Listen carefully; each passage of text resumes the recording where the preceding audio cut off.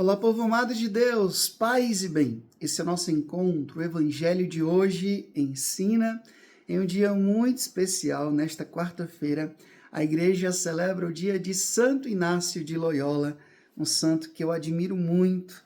Eu quero mandar um forte abraço para toda a família jesuíta e aqueles que seguem a espiritualidade inaciana. Eu sou capuchinho, mas eu amo muito a espiritualidade de Santo Inácio. Inclusive, já fiz muitas vezes o retiro inaciano, que sempre me faz tanto bem. Então, eu recomendo você que não conhece ainda os exercícios espirituais de Santo Inácio, busque aí, no lugar mais próximo aonde você vive, fazer esse exercício espiritual que eu tenho certeza que vai fazer tanto bem para a sua vida espiritual, para a sua alma.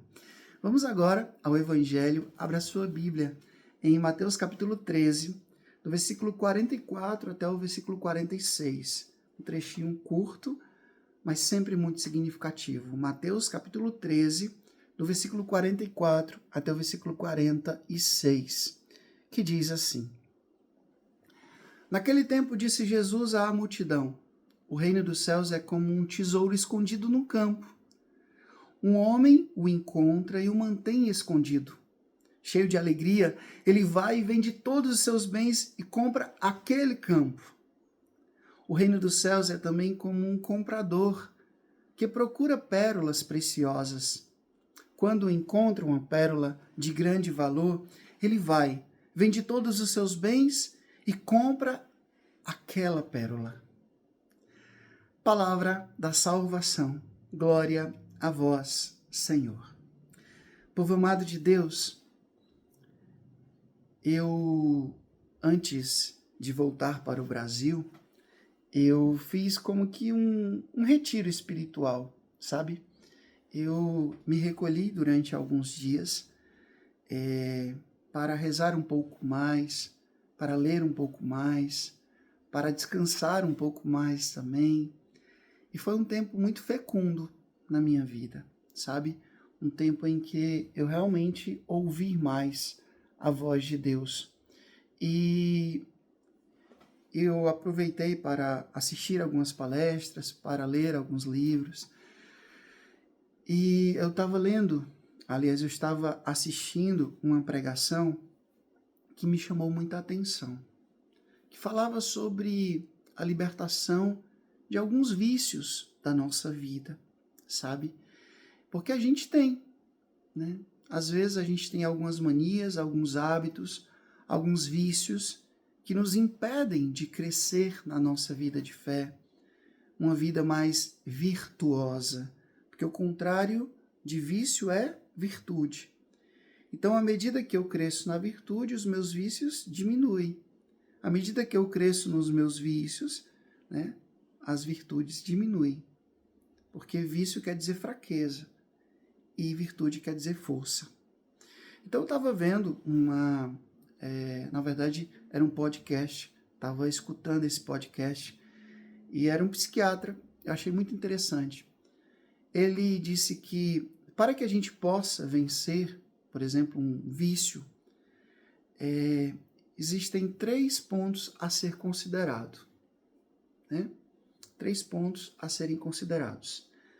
O primeiro é você identificar. Ser capaz de identificar.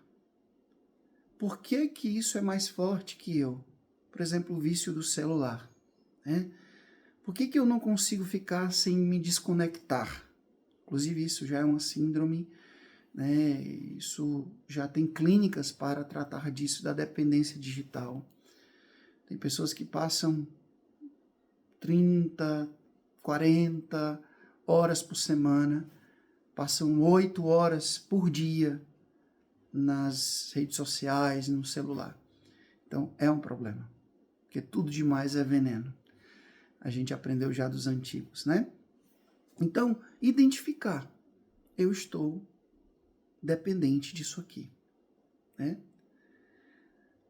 Outro ponto é você aprender a descredibilizar isso. Como assim, Frei? É você não dá o valor para aquilo que está te fazendo mal. Como assim? Por que é que eu estou dando tanta atenção a isso aqui? Por que que isso está sendo mais forte que eu? Porque à medida que você vai dando mais atenção àquilo, é como você fosse perdendo o seu valor. Olha, eu não estou dormindo bem, eu não estou me relacionando bem, eu estou poluindo a minha mente. Então você vai realmente olhar para aquilo e dizer, você está me fazendo mal. Então quem não tem valor é você, sabe? Então é você aprender a descredibilizar. Ou seja, você olhar para aquilo e ver que aquilo é nocivo e colocar aquilo no lugar dela, sabe? Então, é um pouco confuso isso, mas você consegue entender. Por exemplo, uma relação tóxica. Às vezes, você dá demais atenção, dá demais evidência àquela pessoa que está te fazendo mal. É aquela coisa de você querer amar o outro sem se amar. Então, você vai descredibilizar dizendo assim, olha, eu lhe amo, mas eu não posso lhe amar sem me amar. Porque Jesus mesmo disse, ama o teu próximo como a ti mesmo. Então, eu não posso amar você se eu não me amar antes. Então, eu não aceito que você me trate como um terreno baldíaco, como uma lata de lixo. Não, eu sou solo sagrado. Então, descredibilize aquilo. Você não precisa se submeter a isso. O celular é uma coisa boa, mas a partir do momento que ele começa a te dominar, você precisa colocar ele no lugar dele. Ele é um aparelho, você é uma pessoa, um ser humano. Jesus deu a vida dele na cruz por você e não pelo celular. Entendeu? Então, descredibiliza. Coloca ele no lugar dele. E dá crédito àquilo que realmente importa. Entendeu? E o terceiro ponto para você largar um vício é você substituir. Sabe, às vezes a gente precisa só mudar a posição. Por exemplo, eu como uma comida gordurosa, isso está me fazendo mal, está entupindo as minhas veias, minha pressão, colesterol, minha glicemia, está tudo alto, está tudo alterado. O que eu vou fazer? Eu vou mudar. Então eu vou substituir essa comida que está me matando para uma comida que vai me nutrir. Ou então eu sou sedentário, eu não faço nada. Eu vivo deitado, né, com a cara no celular o tempo todo e não faço uma caminhada, não faço uma atividade física, não faço nada. Então você vai substituir. Uma coisa que te dá de prazer, mas está te matando, está te fazendo mal, por uma coisa que te dê prazer e te faça bem. Porque uma caminhada, uma atividade física vai naturalmente, né, liberar no seu corpo a endorfina, né, essa enzima do prazer, né, a adrenalina, e você vai se sentir mais disposto, fisiologicamente. Né? A neurociência vai explicando isso aí. Quando você faz a atividade física, o seu próprio cérebro vai liberar essa sensação de prazer. E aí você vai substituir. Não é só tirar, sabe?